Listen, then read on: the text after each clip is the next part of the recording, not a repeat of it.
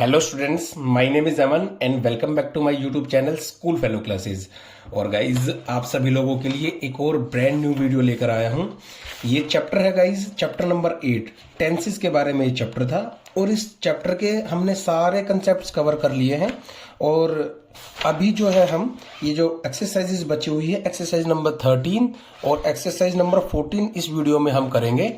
ये बुक है guys Prachi publications की इंग्लिश ग्रामर के लिए 8th क्लास की। तो guys, without any further delay let's start the topic. तो गाइज, जैसा कि मैंने आपको बताया कि हम कंसेप्ट सारे ही कवर कर चुके हैं। अगर आपको कंसेप्ट्स नहीं पता है तो आप पुराने वीडियोस देख सकते हैं, मैं लिंक डिस्क्रिप्शन में प्रोवाइड कर दूंगा। आज हम जो है एक्सरसाइज करेंगे और साथ साथ में जो इंपॉर्टेंट कंसेप्ट होंगे मैं उनको भी आपको रिवाइज करवा दूंगा, डोंट वरी। तो गाइज, अपने फर्स्ट क्वेश्चन से स्टार्ट करते हैं।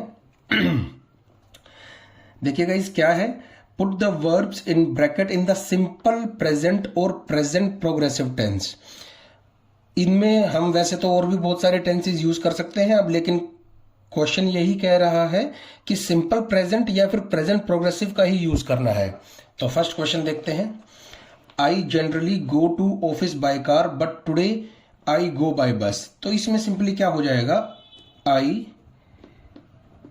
Generally go to office by car, ये आप खुद से लिख लेना।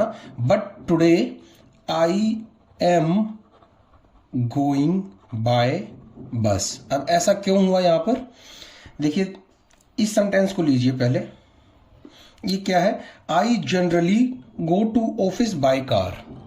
ये एक ऐसा एक्शन है जो कि हमारी एक हैबिट को दिखा रहा है, या रूटीन कह लीजिए आप, रूटीन को ये शो कर रहा है। तो ऐसे केसेस में हम क्या करते हैं, हम यूज करते हैं सर सिंपल प्रेजेंट टेंस। और सिंपल प्रेजेंट टेंस ये जो वर्ब की फॉर्म है, इसको देख करके आपको पता लग रहा होगा कि ये कैसा टेंस है, सर ये सिंपल प्रेजेंट टेंस है। अगर यहाँ आई की जगह गाइज ही होता तो क्या ये गो ही रहता, नहीं सर ये गो नहीं, ये गोज हो जाता। आई होप कि ये रूल आपको पता होगा। अगर आपको नहीं पता है ये वाला रूल तो आप पुरानी वीडियोस देख लीजिए, वहां पर आपको बहुत अच्छे से क्लियर हो जाएगा। अब हम सेकंड क्वेश्चन की तरफ आगे बढ़ते हैं। My daughters come here tomorrow. मेरी डॉटर जो है कल आएंगी। My daughters are coming here tomorrow. आप ये बाकी का खुद से लिख लीजिएगा। My daughters are coming here tomorrow. They usually spend their holidays here. ये आप ऐसे का ऐसे लिख लीजिएगा। तो गाइस देखिए यहाँ पर, क्योंकि क्वेश्चन में अब इन्होंने यही बोला है कि सिंपल प्रेजेंट और प्रेजेंट प्रोग्रेसिव ही यूज करना है। अगर यहाँ पर ये नहीं बोला होता कि सिंपल प्रेजेंट और प्रोग्रेसिव यूज करिए तो हम इसको ऐसे भी लिख सकते थे, my daughters will come here tomorrow.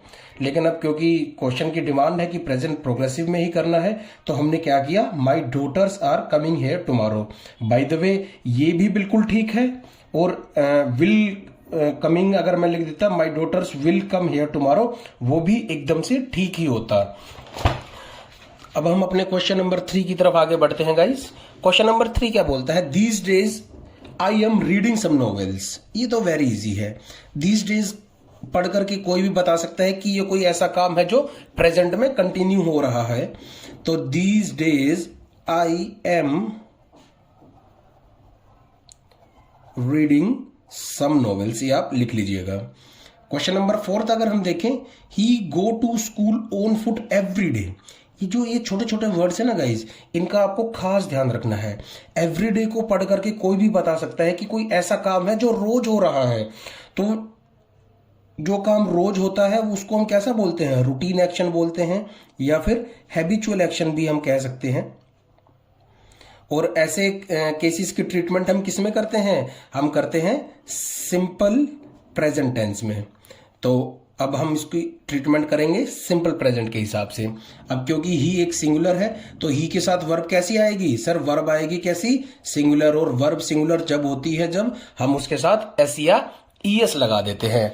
I hope कि ये आपको पता होगा। तो he goes to school on foot every day, ये एज इट इज आ जाएगा। क्वेश्चन नंबर 5 है, I rarely use an umbrella. Use an umbrella. But today, ये ऐसे कैसे, I am carrying one. मैं मतलब बहुत ही कम अम्ब्रेला यूज करता हूं, लेकिन आज मैं एक अम्ब्रेला अपने साथ कैरी कर रहा हूं, but today I am carrying one.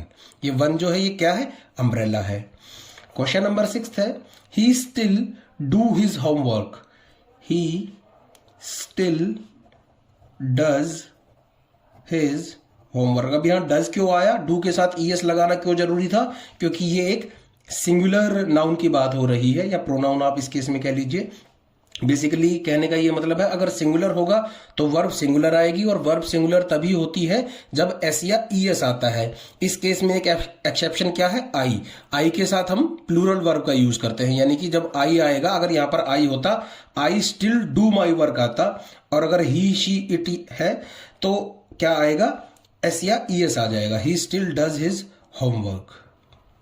या फिर इस सेंटेंस को हम गाइज ऐसे भी लिख सकते हैं, he is still doing his homework, ये भी ठीक माना जाएगा।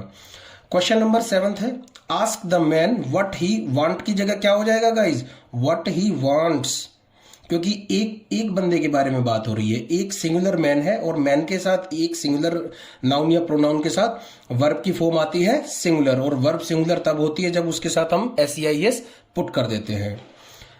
अब गाइज क्वेश्चन नंबर 8 की बात करते हैं, he usually goes to school at 8 a.m. but today he is going at 9 a.m. I hope कि अब आपको ये क्लियर हो गया होगा। क्वेश्चन नंबर अगर 9 की बात करें तो she visits the hospital several times a month. she visit, ये भी एक कोई हैबिचुअल एक्शन है, और she क्योंकि एक सिंगुलर प्रोनाउन है तो सिंगुलर के साथ हम क्या यूज करते हैं, एस या ईएस वाली वर्ब यूज करते हैं। क्वेश्चन नंबर 10 है, ये एक जनरल ट्रूथ है या यूनिवर्सल ट्रूथ कह लीजिए आप, ऐसी सच्चाई जो हर जगह टिकती है। अब ऐसा तो है नहीं कि दिल्ली में है आप तो अर्थ रिवॉल्व कर रहा है, अर्थ जो है रिवॉल्व ही करेगा, चाहे आप न्यूयॉर्क में हो वहां पर भी अर्थ रिवॉल्व कर रहा है सन के अराउंड, या आप सैन फ्रांसिस्को में हो, या फिर कहीं जापान में बैठे हुए हो, या दिल्ली में हो, हर जगह ये बात जो है सही है, तो इसको हम क्या बोल देते हैं, यूनिवर्सल ट्रूथ। तो इसमें क्या आ जाएगा, the earth revolves around the sun. I hope कि आपको क्लियर हो गया होगा। तो चलिए गाइस, अब हम अपनी एक्सरसाइज नंबर 14 करते हैं। Put the bracket. अब ये देखिए, इसमें सिंपल प्रेजेंट, प्रेजेंट प्रोग्रेसिव और प्रेजेंट परफेक्ट एक नया टेंस और ऐड हो गया है। तो स्टार्ट करते हैं। आई होप कि आपको पता होगा कि प्रेजेंट परफेक्ट टेंस का यूसेज क्या है। अगर नहीं पता है तो आप पुराने वाले वीडियोस देखिए, यहां पर मैं आपको बहुत ज्यादा कंसेप्चुअल क्लैरिटी नहीं दे पाऊंगा। क्वेश्चन नंबर 1 से स्टार्ट करते हैं। I have just finished my work. ऐसा कोई सेंटेंस जो कि जिसका कोई काम पास्ट में खत्म हो गया हो, लेकिन जिसका इफेक्ट प्रेजेंट में भी देखने को मिलता है। मतलब मैंने अभी अभी अपना काम खत्म किया है, तो यानी कि अब मैं वो काम नहीं कर रहा हूं, मैं खत्म कर चुका हूं, इमीडिएट पास्ट में वो काम खत्म हुआ है, तो इसलिए इस सेंटेंस की ट्रीटमेंट आएगी प्रेजेंट परफेक्ट की तरह।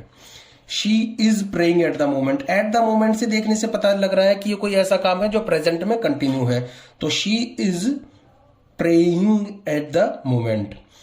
एवरीडे आ गया है तो ही के साथ क्या आ जाएगा, he goes for swimming everyday. ये एक रूटीन एक्शन है या हैबिचुअल एक्शन है। आई हैव ऑलरेडी, मैं उससे मतलब मिल चुका हूं। I have already meet met met. Meet की थर्ड फॉर्म आ जाएगी, इसका बहुत ध्यान रखना है, नहीं तो पूरा सेंटेंस गलत हो जाएगा। क्वेश्चन नंबर 5 की है, the boys are working hard. Are working hard क्यों आया गाइज, क्योंकि दीज डेज की बात हो रही है ना, तो यानी कि ये कंटिन्यूटी को ये शो कर रहा है। They live in this house for 3 years। They live in this house for 3 years। Generally guys ऐसे सेंटेंसेस की ट्रीटमेंट हम प्रेजेंट परफेक्ट प्रोग्रेसिव टेंस में करते हैं, पर क्योंकि इसमें तो ऑप्शन ही नहीं है वो सेंटेंस पुट करने का, अगर होता तो हम इस सेंटेंस के ट्रीटमेंट कैसे करते, they have been living in this house for 3 years। लेकिन अब क्योंकि प्रेजेंट परफेक्ट प्रोग्रेसिव टेंस का यूज नहीं कर सकते, तो प्रेजेंट प्रोग्रेसिव कर लेते हैं। They are living in this house for 3 years। ये है 7th question, he seem to be very busy. ये एक सिंपल एक प्रेजेंट की सिचुएशन है। He seems to be very busy, to be very busy.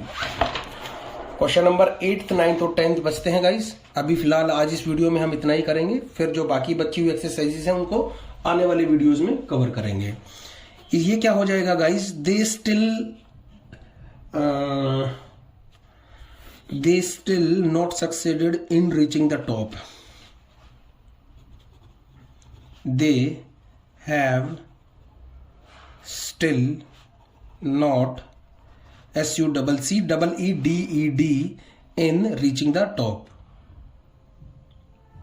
या फिर इसको बेटर ऐसे भी हम लिख सकते हैं, they still have not succeeded in reaching the top. ये वाला ज्यादा सेंस बनाता है।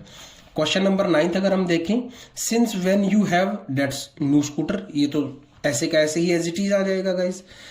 ये कह रहा है कब से तुम्हारे पास ये नए वाला स्कूटर है। अब ये जो हैव है ना गाइस, ये जो हैव है ये किसके लिए आ रहा है, पोजेशन के लिए।